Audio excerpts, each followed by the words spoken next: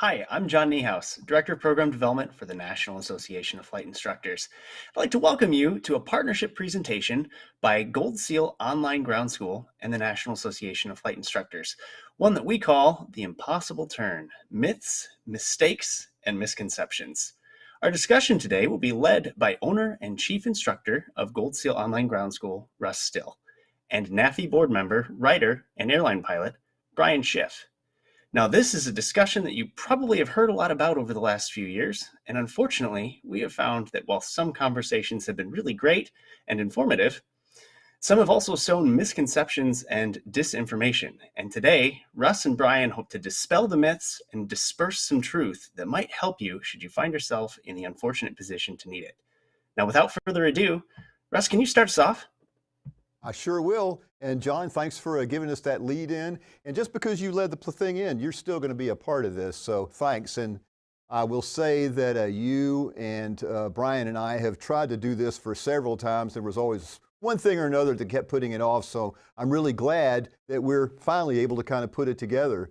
Brian, we had a lot of false starts, but here you are in Atlanta, and it's fun to have you here. Yeah, it's great to be here. And after having watched so many of your ground school and your training programs, I feel like I'm among a celebrity here. Oh, please, no, no. But definitely a great instructor and one that we can learn a lot from. We have conversations together. I know that we had some phone calls that we thought were going to be 10 minutes about the topic and turned into how long were we on the phone? Yeah, at least an hour. We did that Right. numerous times, and Right. after about the third of those, I think we'd finally decided we're not going to have any trouble at all pulling this broadcast off. There's plenty to talk about, absolutely. Yep, there is. So we don't want to necessarily go through and rehash the turn back or the impossible turn, which is people know is, or some people know I don't like that term, but the turn back, we're not going to go back and talk about the stick and rudder maneuver, the kinetic maneuver itself too much, because that's been done ad infinitum. So Sure. why don't we just take the first 5 or 10 minutes and let's kind of catch people up. Let's go real briefly through the maneuver, the whats and the whens and the whys, and then we Sure. can take over and talk about the problems that are overlooked so many times by pilots and instructors. Okay, I think it would be fair to start out by saying that the golden rule has always been for so long that if you lose an engine shortly after takeoff, you go straight ahead. You don't turn around. You can ask anybody who learned to fly years ago, what do you do if you lose an engine after takeoff? And the answer is we go straight ahead. Don't turn back. The problem is, and well, my father had this happen in 1957, and he was trained to go straight ahead, and as soon as his engine failed, he immediately turned back toward the runway. Yeah, famously. Famously, and he made it, fortunately, or I wouldn't be here today.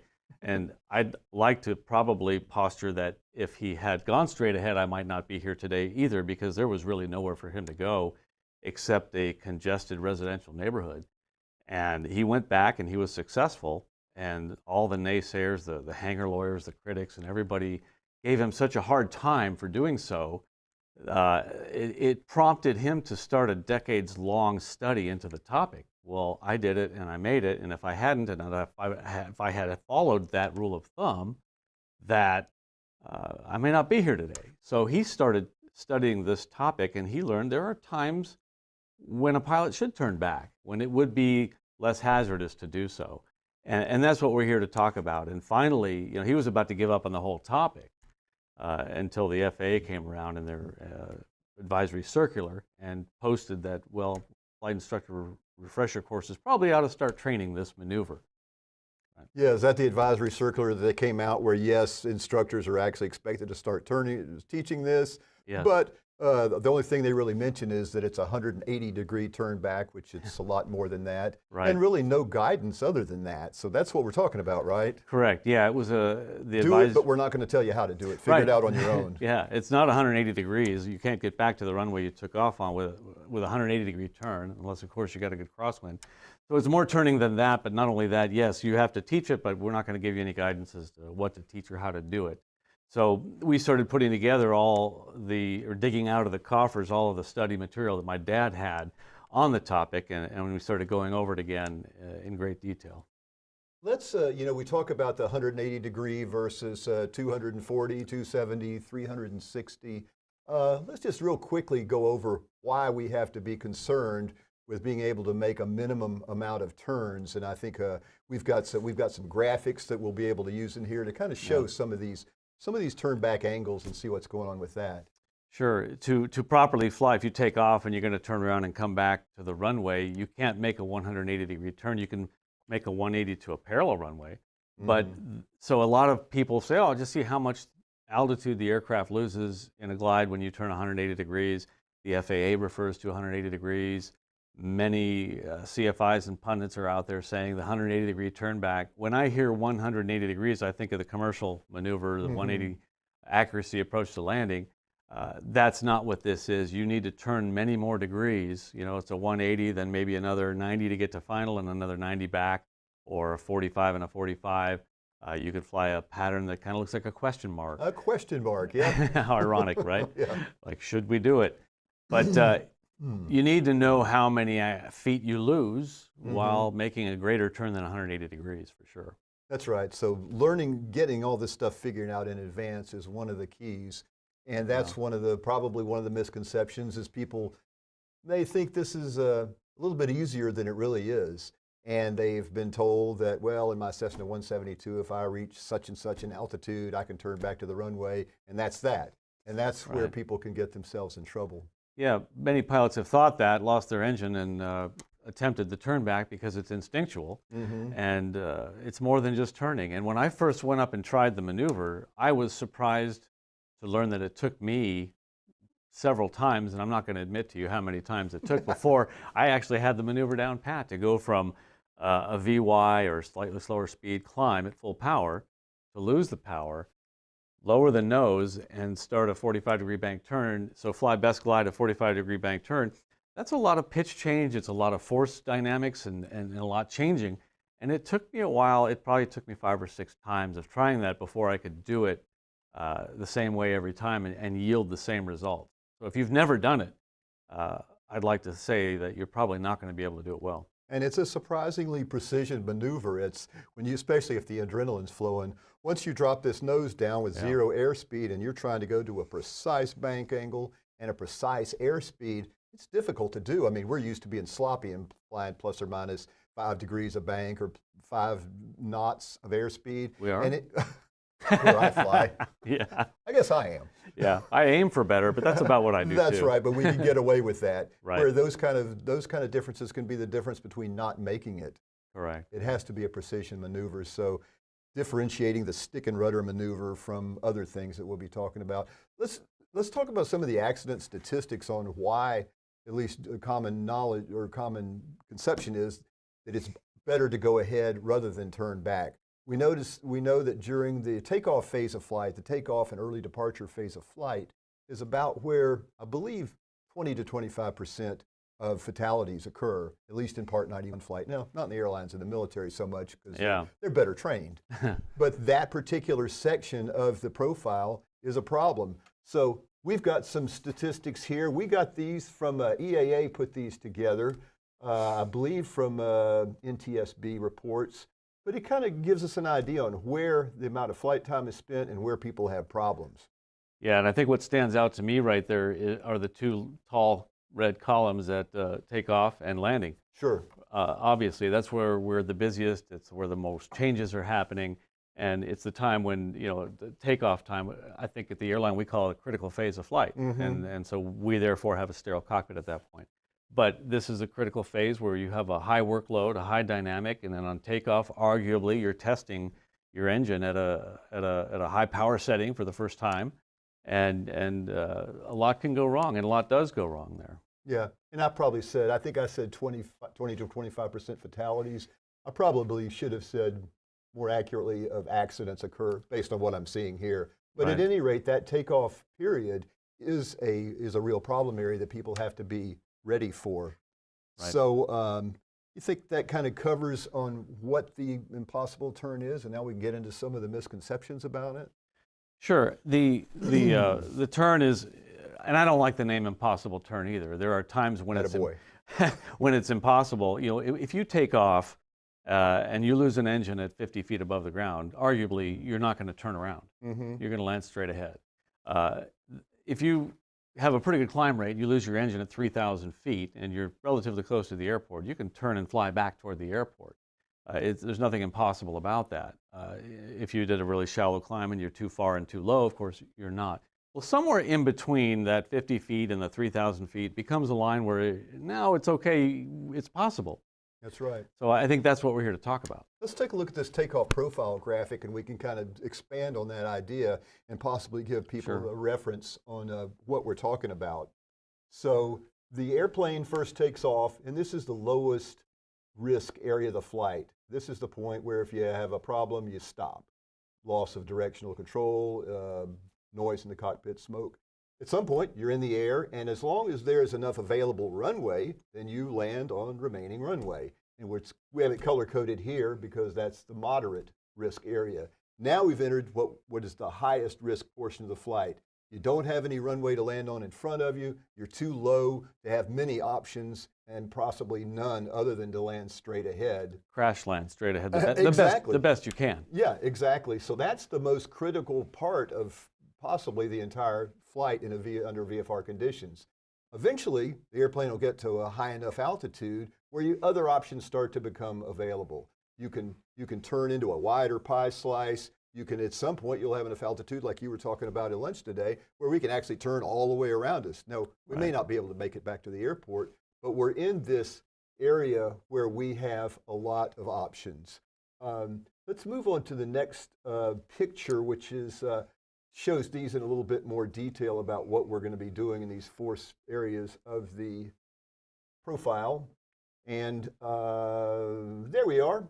Okay, so once again, the white area, the low risk area. Here, if we have a problem, stop the airplane. It's low risk, and I might add also on that a lot of pilots are triggered to go. They're armed to go, and if something goes wrong, they just don't abort the takeoff when they should.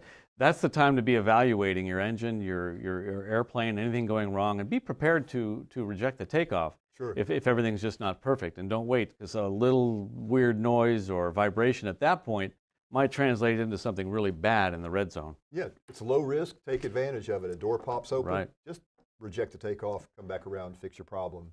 The moderate area is what we talked about here. This is where you have runway remaining. And then we get into the red area, and the graphic says the impossible turn lives here. Well, this is one time when that term, impossible term, is 100% accurate. Because if a turn back was available here, it wouldn't be impossible and it wouldn't be in the red area. So this is the area when you cannot make it back.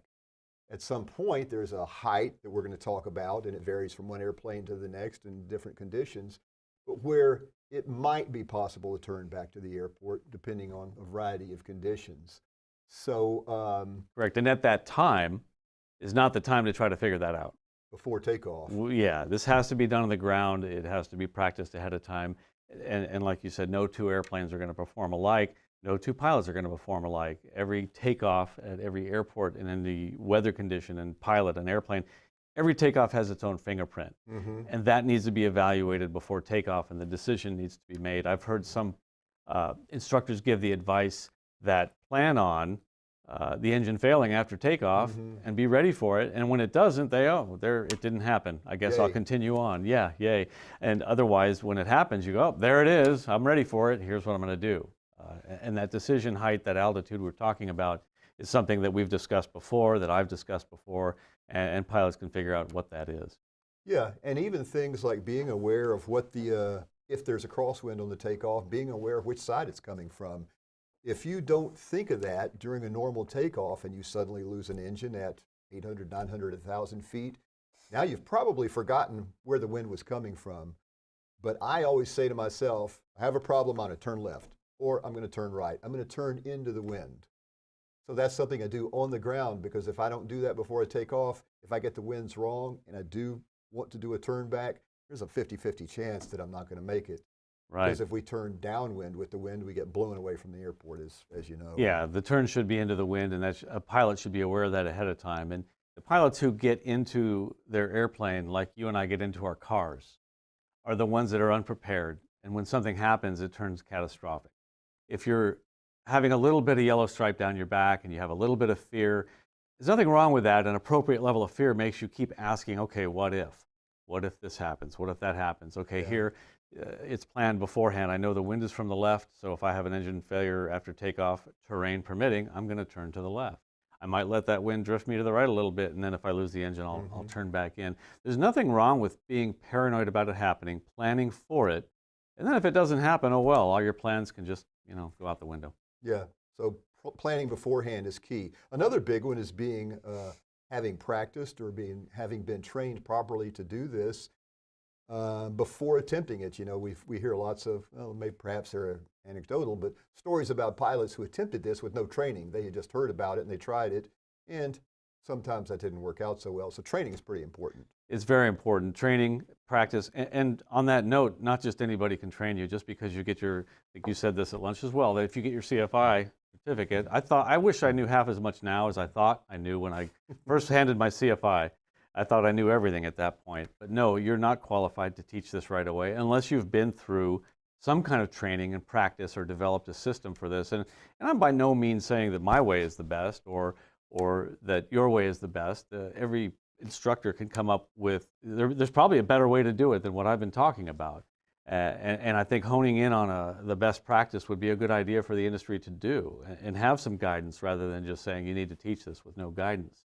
So practice is very important, and like I said, for as many times as it took me to get the maneuver down pat, and I'm an active flight instructor, active pilot, I fly all the time, I was very surprised at what it took, and so practice is crucial. It's not as easy as you think it is to do it No. precise. If you No. want to nail those bank angles and nail the airspeed, not as easy as you think. Yeah, and Let's, it's not as important to nail it. Nailing it is good. You want to be as precise. You want to be cool hand Luke when you're flying it, and you can be if you practice it ahead of time.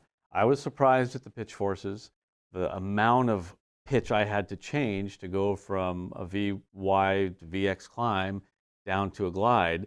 It's a lot of pitch change. It's a lot of dynamics changing as your airspeed is coming back and while you're turning, and it takes practice and the muscle memory to get it there. How many times does it take us to get a landing down pat? This maneuver is kind of like landing. Yeah. You got to practice it, and then when you get it, you get it.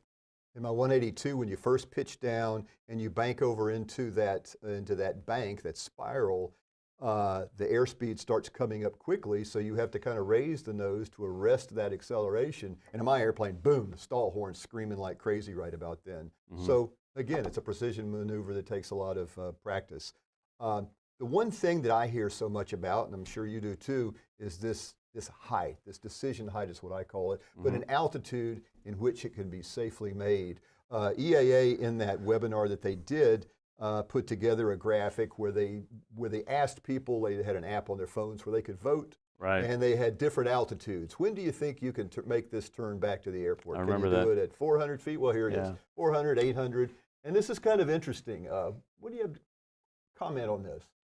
Well, when I first look at that, I think I fly a myriad of airplanes, and I don't know which one am I flying at the time, and it varies for the airplane that I'm flying. A 172, I would go with the common answer there, because around 750 feet is the target for me, and I've explained in other classes where I've come up with that.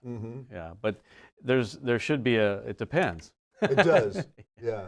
Yeah, so it depends, and you can't just say at any airplane that I fly or any airport out of which I'm flying in any wind conditions or terrain that I'm going to do it between 800 and 1,000 feet. You just can't have a blanket rule like that. Every takeoff is different. Yeah, so when your buddy tells you that if you're in a 172 and you're at 850 feet, you can do this, it's probably bad advice. I would think so, yeah, because it's not always going to be the case. Yeah, a big thing that has always kind of bothered me about, and I would say none of the above if I was voting on this, it depends on factors such as your climb angle. You and I are both big fans of it's all about the angles, as you've said. Right.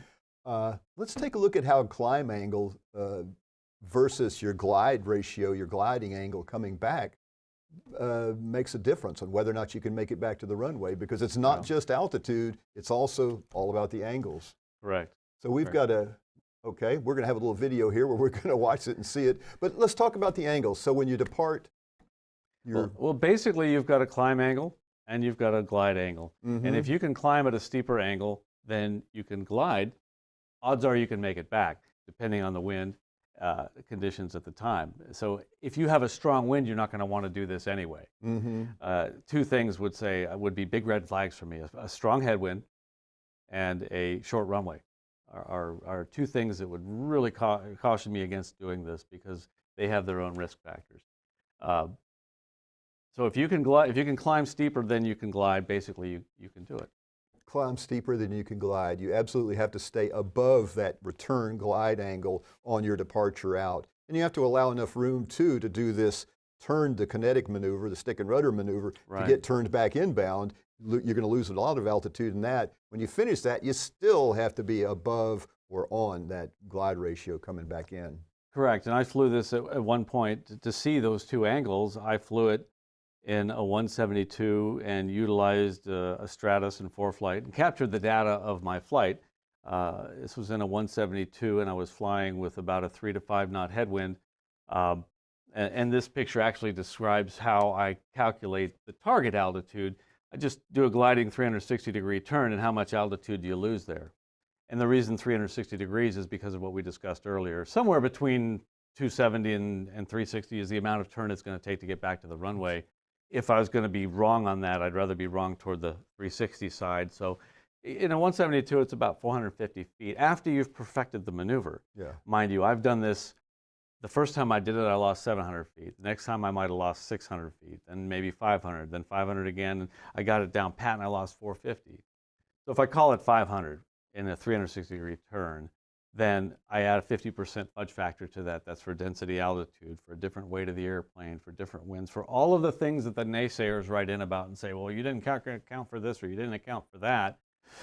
I add 50% to that. So a 500-foot altitude loss in a 360, I add 50%, I come up with 750 feet. And that's me with my technique.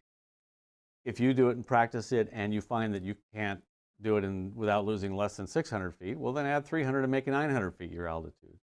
Add whatever fudge factor you want. You can double it. Just have a point where the decision is made. Yeah.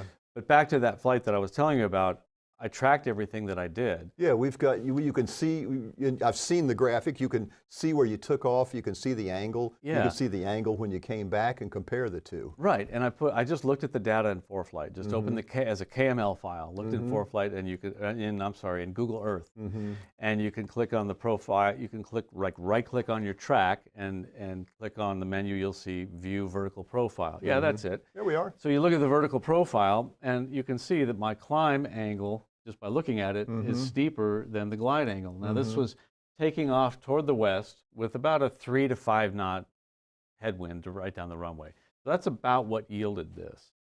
And as I climbed out, I 750 feet, pulled the power back, made the turn back, lined up with the runway, and touched down. You can see where I lifted off and where I touched down, and they're pretty close.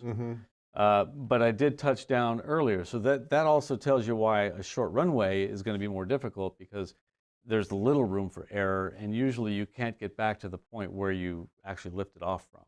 Yeah, I like this graph because I've been looking for a way to try to describe this to people, and I could never quite put it together, but having seen this, now I know how to describe it. The blue line, the upper line, is your climb angle. It's clearly a steeper angle than your return angle is. So that whole time, you can make it back to the airport. Had you ever gotten below that return glide ratio, though, the radius, the angle, you couldn't have made it back. So it's all about the angles.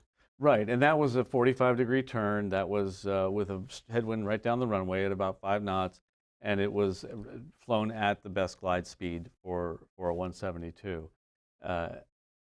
I will also note that on this picture, you can see there's nothing but fields around the airport. And I'm going to say with emphasis that if you're flying out of this airport and you lose an engine, this is not the airport where you're going to do a turn back. I wouldn't. I'd utilize one of these beautiful fields out here and not even attempt to turn back to the runway. Yeah, I get you.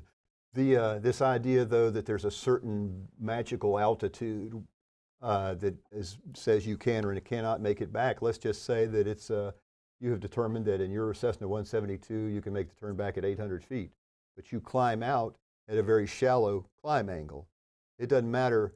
And by the time you get to that 800 feet, it doesn't matter because you're just too far from the airport. Right. You are then below the return glide angle. Correct, correct. And that's why my father has come up with a rule of thumb that you need to cross over the departure end of the runway at least 2/3 of the altitude that your turnback altitude or your observed altitude loss altitude minus the fudge factor. Yeah, that confirms that you're on a steep enough climb angle. Exactly. So if you cross over the end of the runway at 1 foot, and then a mile later you're at 2 feet, and then a mile later you're at 3 feet, well, now you're 3 miles from the runway at 3 feet high. That is an exaggeration, but that shows you that your climb angle is too shallow to make it back. Yeah. Or the runway is too short to make it back. So whenever we talk about a decision height or a turnback altitude, we really need to keep in mind of what was the climb gradient that got you there. Correct. You can't just take off. If you're at one of these airports where there's nowhere to go, nothing but a very congested residential area or rough terrain, and your only surviving move is to get back to the runway, then that needs to be pre-planned. You need to know ahead of time, okay, this is my altitude. I'm going to turn this direction, and I'm going to climb so as to put everything in my favor. Sure. Climbing at a speed somewhere between Vx and Vy. You're not going to do a high-speed cruise climb right after liftoff in that scenario. Gotcha. There was a Mooney that departed the Rio Linda Airport out in California, and this was probably 10 or 12 years ago, and we've got some video from this. It was taken at, the video was shot from a security cam at a high school. This guy had done, I believe it was an engine rebuild, and this was a return to service flight. It was him and his mechanic in the airplane. So let's see if we can get this video up here. It's black and white, and let's just take a look at how it went. So he departed runway 35, and there he is in the white circle. Now he's climbing up through about 200 to 300 feet. You can see him turn. That's where he had his failure. Now he realizes he's too low. He's not going to make it. He pulls back, accelerated stall. There's about a turn and a half or a 3/4 turn into a spin.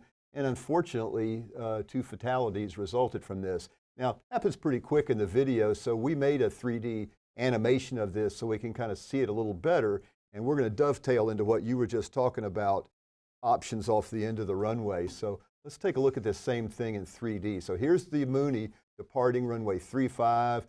There's his engine failure. He turns back, cranks back too much, trying to stretch the glide, which is a physical impossibility. And then, unfortunately, that was the end of him. So this is what it looked like. But let's take an overhead look using Google Earth and see what some of his other options were. He had a lot of choices here. So runway 35 is over on that side of the screen. Yeah, so it's going this way, goes past a green area with some kind of racetrack in it or some kind of track facility. Then farmlands. He even had a 2-lane highway going left and right. A 90-degree turn would have certainly done it. So look at all these options he had, yet he instinctively made this decision to turn back to the airport at about 300 feet with a dead engine. And you could see what the result was, and that's what would be expected. So this is exactly what you were talking about with yours. Look at all the options around. Yeah, and that's why in this situation, you shouldn't go back to the airport. You shouldn't attempt to turn back, and especially from 200 feet. If you know that your altitude, and in a Mooney, say it's 900 feet, I'm making that up, 900 feet is my altitude, I am not going to go back for the runway. I've practiced this, and I know that above that altitude, my skills have been honed enough to do that, but I also know that below 900 feet, I can't do it. It is the impossible turn. It is the impossible turn at that point, and his instinct, or her, I don't know who the pilot was to turn back at that point, and I would guess at 200 feet, the airplane was probably right around here. And so I agree with you. There were options, but even if there are no options, turning back wasn't one of them. No, and that should have been determined before takeoff. Yeah, the decision height, the turn back altitude is not a single point in space. It's an altitude, but it's also a horizontal position. And this is where your window to turn back or do some other solution opens. Yes, it does. And it closes as you get further away from the airport. I mean, let's say you're cruising at 3,500 feet. Well, I don't know if you want to climb it very steep up to 20,000 feet, you could still glide back. It's all about the angles. You do that in your 182. I don't think my Citabria can do it. But then you get 50 miles from the airport. Well, now the airport obviously at that point is not an option. So we're talking about a window of opportunity that you just need to be aware of before you take off. Okay, I've got some Facebook comments that came about as a result of us announcing this. But before we get to this, I want to continue on a little bit about this idea about runway geometry. There was another famous, it was a Mooney crash. Well, it wasn't a crash, the guy was successful, but it was a Mooney turnback. Oh, I believe it was in Illinois or Indiana. It was in the wintertime. It was snowy on the It's ground. snowy on the kind of ground, yeah. We've got the video, but we don't have it queued up for this presentation. I remember But what that we one. do have is we've got, we'll just show the airport diagram and talk about what happened. That'll be good enough. So he departed his Mooney, I think it was a 20C, I'm not sure, and departing to the south. So yeah, he departed on runway 18 to the south. He had an engine failure off the end of the runway. And it was not a complete failure. He was still getting some kind of thrust, but he probably had a busted cylinder or something similar to what happened to me. He made the decision to turn to the right, back to the airport. He managed to crisscross across. I mean, he had no trouble getting back to the runway. It was almost like he had too much altitude and speed. He managed to get it stopped, and that was great. Didn't hurt his airplane other than the engine damage. But you know, did he make the right choice on this turn? I hate to Monday morning quarterback another pilot because I Sure. wasn't there and I wasn't in his shoes, but that caveat given, I look at this and I think, boy, there's a perfectly good long runway right here, and if he'd have turned to the left, exactly like you're showing there, that looks like a better plan to me. And if you give that a little bit of forethought, I think you have that in your head already. And this kind of takes me back to this concept of before takeoff briefing. Correct. Very You could important. have easily briefed this. We've got another image just of this same idea of an airplane taking off on a runway with another option off to the side. So I talk a lot about runway geometry, and it has to do with both are other runways available for you to turn back onto, and also the length of the runway itself. So this is similar to the gentleman in the Mooney departing if he comes back, if he has an engine failure, has to get back for any reason, he doesn't have to turn very far to get back on 14. Yes, less turning is involved to get back to runway 14 than 18. And also if you have a parallel runway over here. Now it's a 180. Sure. It's just made depending on how far apart Yeah, it's those like a turn to runways are. downwind. But on the runway, and it doesn't have to be a runway. It can be just an open field. It could be the ground between the runway and the taxiway. Exactly. It could be the taxiway. Yeah, Rod Machado discusses, I mean, really pushes that a lot when this topic comes up, that you don't have to make it back to the runway. You just need to get back to, an Right. airport tends to have a lot of clear areas. So Right. if you could just get back to the airport property, you're probably gonna survive. Yeah, and not only that, but if you do crash land on the airport property, you're more likely to have some emergency equipment nearby. It's going to be easier to access the crash site. So if you are injured, you're going to get help sooner. Okay, so runway geometry has to do with the availability of other landing areas and other runways. We actually were out doing some videoing about this turnback maneuver. This was about 3 years ago. Ethan, our broadcast director here, was with me. So we were rolling cameras, and we went ahead and at the Cherokee County Airport, which is just north of Atlanta, about 30 miles.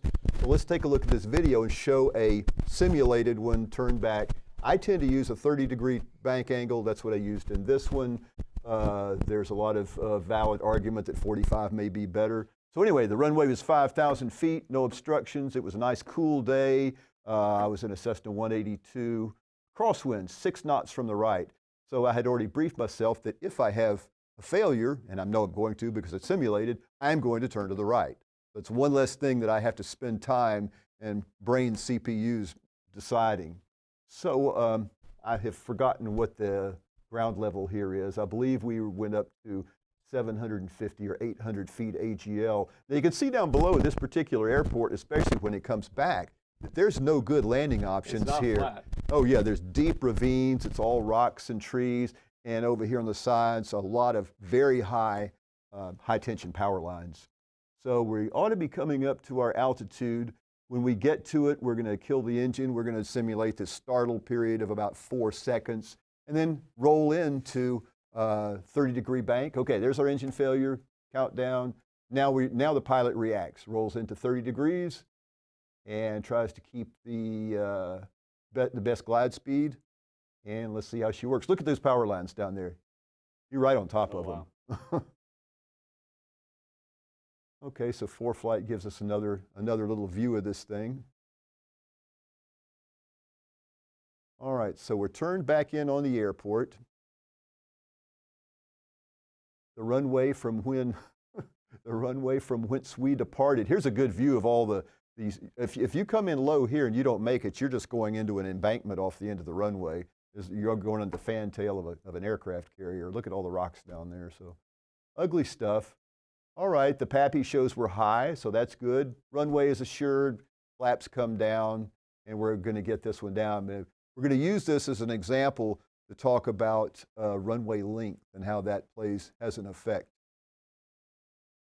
Okay, we're back on the runway that we departed from. We touch pavement, and boom. Okay, now I want you to look at this taxiway off to the left. This is kind of a reference point. We're going to now go into the 3D world and look at this airplane in this position.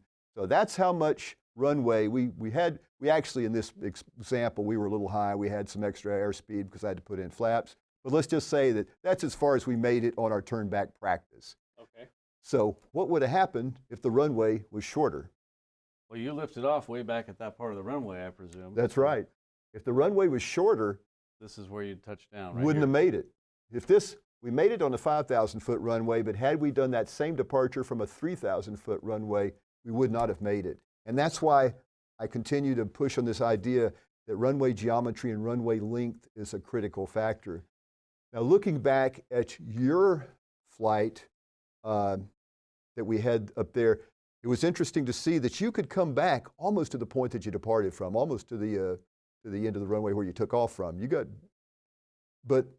Right, and it was very... Yeah, it was risky for me to try to land that far down the runway. Now, granted, I had a really long displaced threshold on the other side, which is, it's not even displaced threshold, it's an unusable portion of the runway. What is this, about a 4,000-foot runway? It's about 7,000 or 8,000. Oh, wow. 6,000 or 7,000. Oh, wow, okay. There. But there's an unusable portion on each end of the runway, and I knew and calculated the latest I could touch down with my landing distance available, and you can see the 1,000-foot marker there, and I touched down with about 2,000 feet remaining. Excellent. Yeah, and so if this had been a 2,000-foot runway, you would have been cutting it very close. It would have been right on, and if it was anything shorter than that, I wouldn't have made it, and I would have had to take different kind of precautions or not fly out of there. Yeah. Now we could say that there's not many 2,000-foot runways around, at least not that people commonly use. And you could argue that, well, if that was a 3,500-foot runway, you would have still made it. But that was because you were practiced, you did it perfectly, you were ready for it, you had done everything properly. Somebody who doesn't have all the odds in their favor, still at 3,500 feet just might not make it back to the runway. Right, it's very true. And you can see here clearly by trying this, and you can try it at altitude, but the problem is it's a different density altitude. You're gonna have different true airspeeds if you try it up high to get this kind of image for your airplane. And also the winds may be stronger than they may be. And if you have a strong wind, that's what I'm advocating you don't want to do it. Because if you take off into a strong headwind, and I think we were talking about this as well, the energy that you're gonna have to dissipate in the crash is gonna be much greater. So if I have a 30-knot headwind, for example, and I'm taking off and climbing at 65 knots, what does that do? Slows you down a lot. Slows you down. So you half your airspeed, that quadruples your energy. Or 1/4 the energy needs to be dissipated. Yeah. But if you turn around and you go from 60 to 90 knots, now you've got much more energy to dissipate in the crash, and it quadruples the amount of energy that needs to be dissipated. If you just double your airspeed, you quadruple your the airspeed, the energy needed to be lost, and that's a lot to absorb in a crash. So if you're bottom line, would you rather crash an airplane at 30 knots into the wind, or would you rather crash an airplane at 90 knots? Exactly. No ground speed. Crashing into the wind is crucial. Right, and also with a strong headwind, and you make a turn back, now you've got a strong tailwind. I'd posit that you may likely overshoot the runway. Yeah, you end up with the same problem on the other end of the runway. With all that energy. Yeah. So with a heavy headwind, a turn back is probably another reason not to do the turn back. Correct. Strong headwind. Correct. Short runway, strong headwind. Yeah. Okay, let's see if we can bring John in here and see if he's got something to join us with. He may have some comments or two, or three. Hey, John. Guys, so far this discussion has been really interesting. I really like the fact that we're not talking in absolutes, because we know that the world operates in gray, right? So the idea that no takeoff is the same, frankly, not even takeoffs on the same day are the same. And that's something that I never really thought of before. And I think a lot of our viewers might not have either. Now, I know you mentioned the concept of, okay, the more information you can sort of brief and understand on the ground, the better. But do you advocate sort of putting that into your verbal pre-takeoff brief? And if so, how would you integrate that? What things would you actually say out loud? Barry? Well, I would. Did it. I answer to both. Ryan. I would brief myself. You need to consider. Okay, first of all, is this an airport that has options off the end of the runway? So A or B. This is a binary. Am I going to go in a field? Do I have options, or is it an airport like we just saw you demonstrate, where there's nothing but rough terrain? Catalina's one. I've also got several airports in Southern California that are nothing but very congested residential areas, and school playgrounds are the only fields that you've got with children's playing in them, and the only streets are bumper to bumper traffic. If it's one of those airports, then you're going to want to do some planning. You got to know ahead of time. First of all, so I've practiced my maneuver. I know what my altitude is. Which direction is the wind coming from? What is my field elevation? If my altitude is 800 feet, then, or my observed altitude loss, or the amount of altitude it takes to get back down, I need to add my field elevation to that, so I have a number on my altimeter. So if you're at 1,000-foot field elevation and it takes you 800 feet to do a turn back, then 1,800 feet on your altimeter, and pre-briefing that ahead of time. So I want to do 18. If we lose our engine below 1,800 feet, we're going to land straight ahead or slight turns, whatever looks best, and we're going to crash land the best we can, as slow as we can. And I think one of my favorite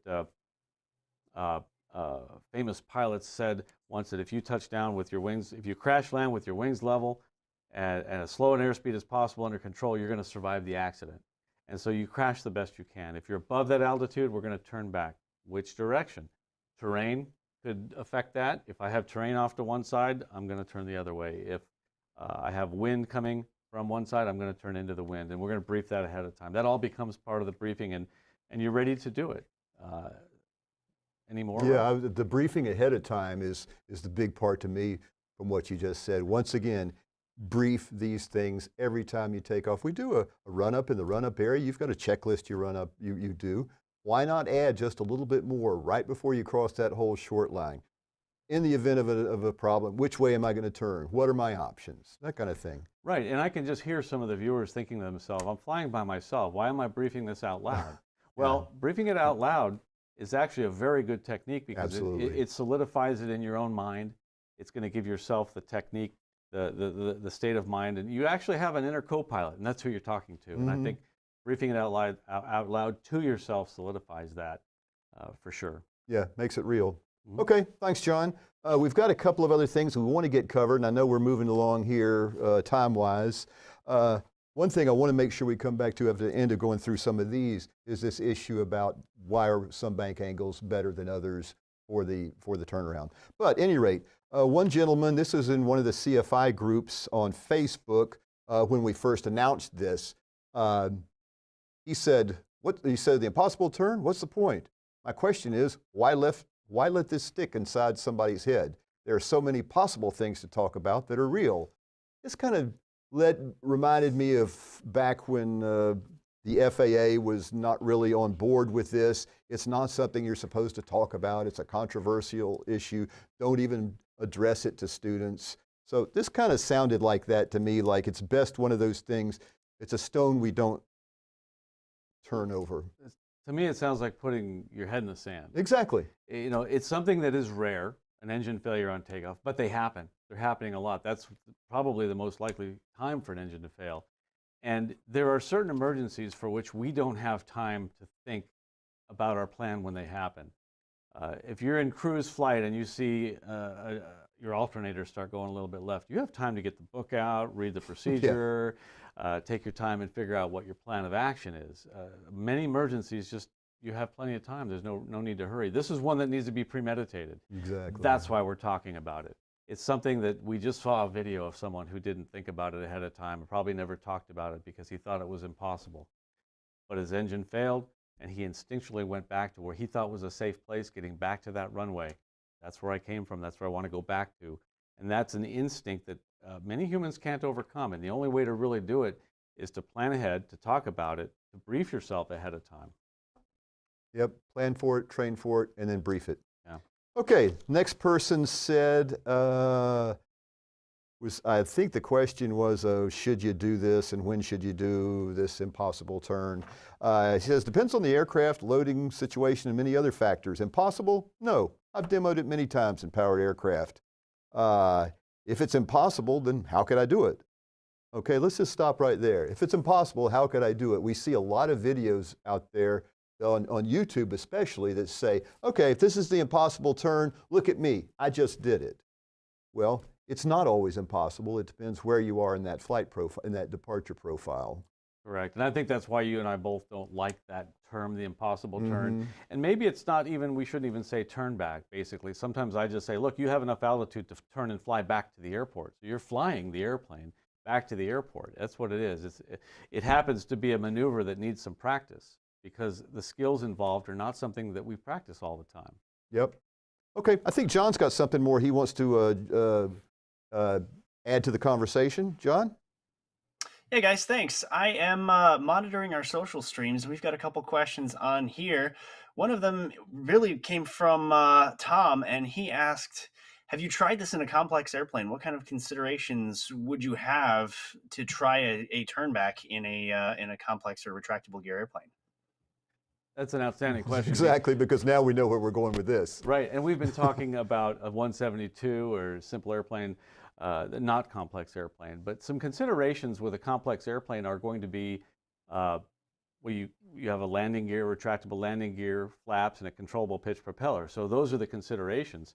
I would leave my gear up until such time as I absolutely knew I could make the runway. I think in that Mooney, we actually saw him put the gear down pretty early. And he landed pretty long anyway in that video you were referring to. Yeah, the one in Illinois or Indiana, the snow. Yeah, he put his gear down about halfway through the turn, but he probably needed it for the drag. Correct. Because he was already overflying the airport. Correct. So I would say consider putting the gear down only at the very end when you know you've got the runway made. And if you think it's questionable, don't put the gear down. You're going to wind up landing shorter anyway. Don't worry about ruining the airplane. People with complex airplanes, I think, are more worried about their airplanes and their engines and their gear. And at this point, the insurance company owns the airplane. Do what you've got to do to survive. That's what this is about. So don't put the gear down until you have to. As far as the propeller goes, if you have the wherewithal and if you've seen this done, pull the propeller back to a low RPM, high pitch setting. It's almost like feathering it in a multi-engine airplane. It drastically reduces the drag, and that's something that you can use to stretch out your glide some more. And in fact, if you're going to overshoot the runway, come in high, push it back in. If your engine is still working and you still have oil pressure and you can control that, of course. And then lastly would be the flaps. The flaps are obviously going to, like the gear, going to wait till the end. You're going to put the flaps down when you need them down. Another technique is to put half flaps down. And if you find you're going to undershoot, put them back up. If you find you're going to overshoot, put them down and use your flaps like you would a throttle if you had power. Let me go back to one of these, so make sure we get these done. All these things are running through my head, and I want to make sure I get them all covered. Okay, so we discussed that everybody's doing YouTube videos saying it's not the impossible turn because I just did it. Well, that depends. Let's see. We have demonstrated this in a Cessna 172 many times, documented various bank angles, and determined that it's quicker at a 60-degree bank to get back. Also, and that's something worth discussing. It is. Also, as already mentioned, stall speed is based on load factor. Yep. In a descent, let the plane come down. Load factor stays near 1. Well, it's only going to stay near 1 if you're accelerating through the spiral. But let's go back to the 60-degree bank angle thing. Sure. And let's work from there back 40, 45, 30, back to a standard rate turn. Okay. So a 60-degree bank angle will, in fact, get you around, and you'll spend a lot less time in the turn and lose less altitude, as a matter of fact. But I don't like the increase in stall speed provided by a 60-degree bank turn. It's almost, I think a 75-degree bank turn will double your stall speed. 60 degrees will be almost that. So I think it's going to increase it by 75%. If we back it up to a 45-degree bank Now we're kind of splitting the lift and the turning of the wing 50-50, and it increases the stall speed by about 19%. So if you have a stall speed of 55, it's going to make it 65, or if you have a stall speed of 45, it's going to be even less than that. Backing it up to a 30-degree bank, which you said you prefer, is probably safer because you're really not going to affect the stall speed much at all, but you're going to take a wider radius. There's no right and wrong here, but that wider radius will leave you farther from the airport. And I would say if you got a strong crosswind, maybe that's okay. It's going to probably help you. So there may be a time and place to do that. And then standard rate, I think that's just way too gentle. That's going to take you way too far from the airport. Yeah, and I'm pretty sure that a standard rate turn under these normal, if they are normal, such things, for a turn back or a possible turn maneuver, standard rate turn, you're never going to make it back to the airport because you're going to spend all your time descending half-mile off the end of the runway. And in fact, we were up doing some filming up at an airport up in the mountains on the border of Georgia and North Carolina. This was last year, and there was a gentleman out there, and I could tell he was going out there practicing the turn back. I think he had a Piper Colt or a Tri-Pacer or something like that. Yeah. And I watched him, and he would go climb out, and he would immediately take a little turn off to about 20, 30 degrees off to the right, which that's okay. And then I would see him simulate the engine failure, but he would bank in such a shallow fashion that he just made this big arcing turn around the airport property and then he was still a mile from the airport when he had to give up and put the power in. And I watched him do it again. And wasn't going to be confrontational or anything, but I asked him on the radio, hey, what bank angle? I see you doing practicing your turn back. What bank angle you were using? And he said, well, whatever it takes. So that kind of thought process, whatever it takes, is not all that good. I personally would say between 60, 45, 30, and a standard rate, which is what, about 22 degrees or something.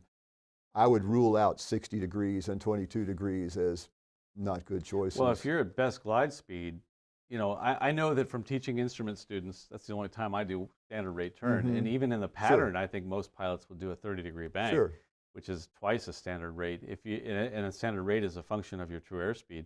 So if you're at best glide speed and your true airspeed is down that low, the bank angle is going to be pretty shallow, probably less than 15 degrees, maybe closer to 10. And I think that if you're trying to get back to the runway, that's just not going to do it. But also, I think other pilots have probably heard critics say that you should not ever do this down low to the ground, this kind of maneuvering down low to the ground. Well, have you ever flown a short approach? That's the maneuvering we're talking about, except for the pitching from high pitch to from climb to glide, that transition. That should be practiced at altitude.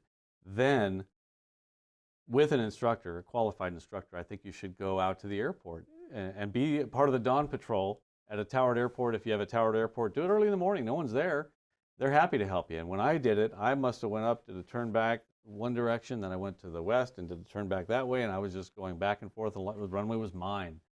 And interestingly, with a 5-knot headwind to the west, I noticed a significant difference in the ability of the airplane when I did with a 5-knot tailwind coming back the other way. 5-knot tailwind on takeoff into a headwind on the turn back. Gotcha. Which would be abnormal, because normally you take off into a headwind. But that's when to do it. And down low, I think maybe he was, not wanting to turn too steep because he's down near the ground. Yeah. I had this discussion with a friend of mine. He's an instructor. He's in Idaho, and he was just vehemently opposed to actually doing this low to the ground or at an airport. And I understand where he's coming from, but it's one of those things that I had to respectfully disagree with, because I do teach this maneuver a lot to CFIs, and we do it at the airport. There is some increased degree of risk about maneuvering close to the ground. There is, and we maneuver. It's the only way you can learn it. We maneuver close to the ground every time we land an airplane. Yeah. And fly in the pattern. It's something that we do, or if we shoot a short approach. But when you're going to do something different than you normally do with a 45-degree bank, arguably you're not supposed to use a 45-degree bank in the pattern. I think there's something in the regs on that. But I would do that at altitude first until I became comfortable at transitioning from a level climb to a gliding 45-degree bank turn. That transition is a skill that needs some honing, and I was humbled by how many times it took me. Now, your mileage may differ. You may be able to do it in 1 or 2 tries, but it took me several tries to get that down pat. Yeah. Well, I think we're probably running out of our allotted time here. We've had a good time going over, trying to focus on the myths and misconceptions. It's just so many times these things are ignored. So keep them in the conversation. If you have some more comments about this, please leave it in the comment area there, and we'll try to address them afterwards. So Barry, thanks for Barry? you know, this Is is we Dad talked here? about this. I wanted him to write Brian on his forearm right here so I could read it. Brian, thanks for coming out here from Texas, from Absolutely. Dallas. We'll be doing some more of this. It's been a lot of fun, especially since we've spent 6 months trying to put this together. It's been a while, but we've had a lot of great conversations in the meantime, and I'm glad we got to do it. I look forward to doing some more with you, absolutely. But I would like to actually strongly recommend that you never attempt this kind of low altitude turn back, even with an actual engine failure, unless you've practiced it, you've become proficient at it, and you're comfortable with it and feel competent at it. And finally, I think it's important to understand that we're not recommending that you do this as a practice that anybody should turn back anytime they lose an engine. It's really only to be accomplished if not doing so would be more hazardous. So if you've got an airport where there's just nowhere to go and it would be more hazardous not to, that's the time we're advocating to do it, but only if you've practiced it, you're comfortable with it, you're proficient with it. And if you're not, and if you're not, and you think that this is not for you, you think there's no way I'm doing that, then don't. Go straight ahead. Let's pop John back up on the screen one more time before we get out of here. See, he was a very important part of putting this all together.